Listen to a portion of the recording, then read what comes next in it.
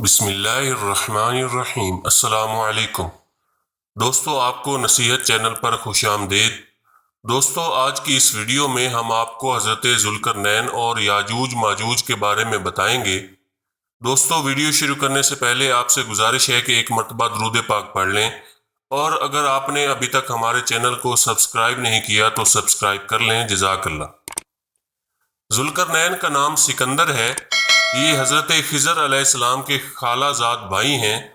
حضرت خضر علیہ السلام ان کے وزیر اور جنگلوں میں علم بردار رہے ہیں۔ یہ حضرت سام بن نوح علیہ السلام کی اولاد میں سے ہیں، اور یہ ایک بڑھیا کے اکلوتے فرزند ہیں۔ حضرت ابراہیم خلیل اللہ علیہ السلام کے دست حق پرست پر اسلام قبول کر کے مدتوں ان کی صحبت میں رہے، اور حضرت ابراہیم خلیل اللہ علیہ السلام نے ان کو کچھ وصیتیں بھی فرمائی تھیں۔ صحیح قول یہ ہے کہ یہ نبی نہیں ہیں بلکہ ایک بندہ صالح ہیں جو ولایت کے شرف سے سرفراز ہیں۔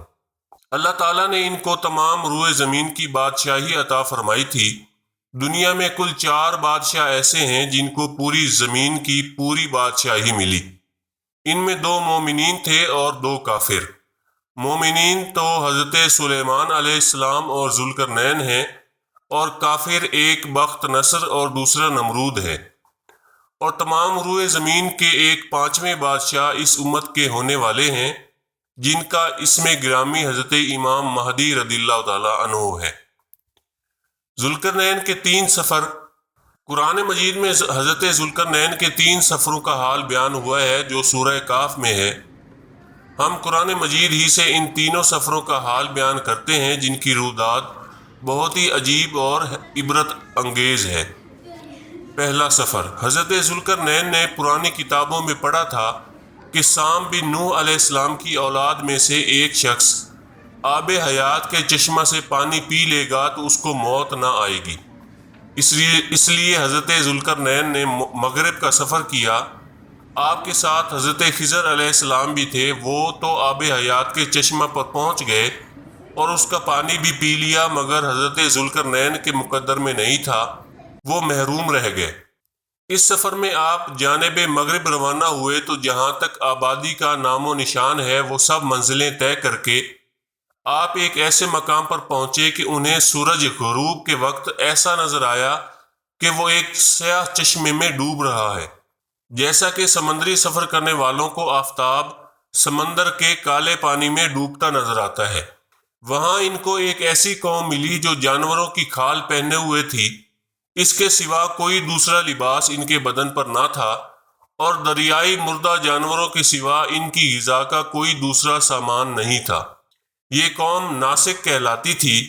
حضرت ذوالقرنین نے دیکھا کہ ان کے لشکر بے شمار ہیں اور یہ لوگ بہت ہی طاقتور اور جنگجو ہیں، تو حضرت ذوالقرنین نے ان لوگوں کے گرد اپنی فوجوں کا گھیرا ڈال کر ان لوگوں کو بے بس کر دیا۔ چنانچہ کچھ تو ایمان لائے اور کچھ آپ کی فوجوں کے ہاتھوں قتل ہو گئے۔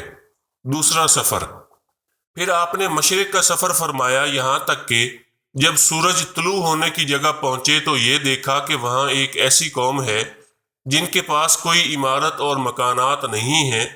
ان لوگوں کا یہ حال تھا کہ سورج طلوع ہونے کے وقت یہ لوگ زمین کی غاروں میں چھپ جاتے تھے، اور سورج ڈھل جانے کے بعد غاروں سے نکل کر اپنی روزی کی تلاش میں لگ جاتے تھے۔ یہ لوگ قوم منسک کہلاتے تھے۔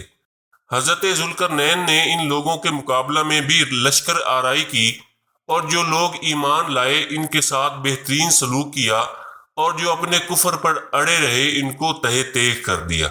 تیسرا سفر۔ پھر آپ نے شمال کی جانب سفر فرمایا، یہاں تک کہ سدین 2 پہاڑوں کے درمیان میں پہنچے تو وہاں کی آبادی کی عجیب و غریب زبان تھی۔ ان لوگوں کے ساتھ اشاروں سے بمشکل بات چیت کی جا سکتی تھی۔ ان لوگوں نے حضرت ذوالقرنین سے یاجوج ماجوج کے مظالم کی شکایت کی اور آپ سے مدد طلب کی۔ یاجوج ماجوج یافس بن نوح علیہ السلام کی اولاد میں سے ایک فسادی گروہ ہے، اور ان لوگوں کی تعداد بہت ہی زیادہ ہے۔ یہ لوگ بلا کے جنگجو، خون خوار اور بالکل ہی وحشی اور جنگلی ہیں، جو بالکل جانوروں کی طرح رہتے ہیں۔ موسم ربیع میں یہ لوگ اپنے غاروں سے نکل کر تمام کھیتیاں اور سبزیاں کھا جاتے تھے، اور خشک چیزوں کو لاد کر لے جاتے تھے۔ آدمیوں اور جنگلی جانوروں، یہاں تک کہ سانپ، بچھو، گرگٹ اور ہر چھوٹے بڑے جانور کو کھا جاتے تھے۔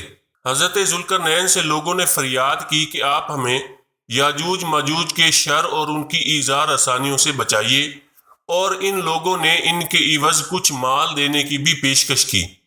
تو حضرت ذوالقرنین نے فرمایا کہ مجھے تمہارے مال کی ضرورت نہیں ہے، اللہ تعالیٰ نے مجھے سب کچھ دیا ہے، بس تم لوگ جسمانی محنت سے میری مدد کرو۔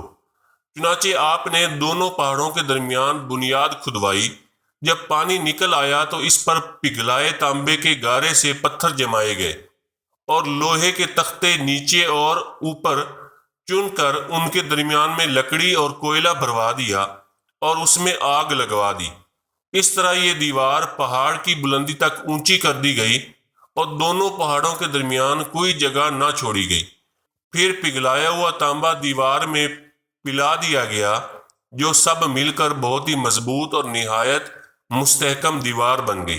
حضرت عیسیٰ علیہ السلام کے نزول کے بعد جب آپ دجال کو قتل کر کے بحکم الہی مسلمانوں کو کوہ طور لے جائیں گے، اس وقت وہ دیوار توڑ کر نکلیں گے اور زمین میں فساد اٹھائیں گے۔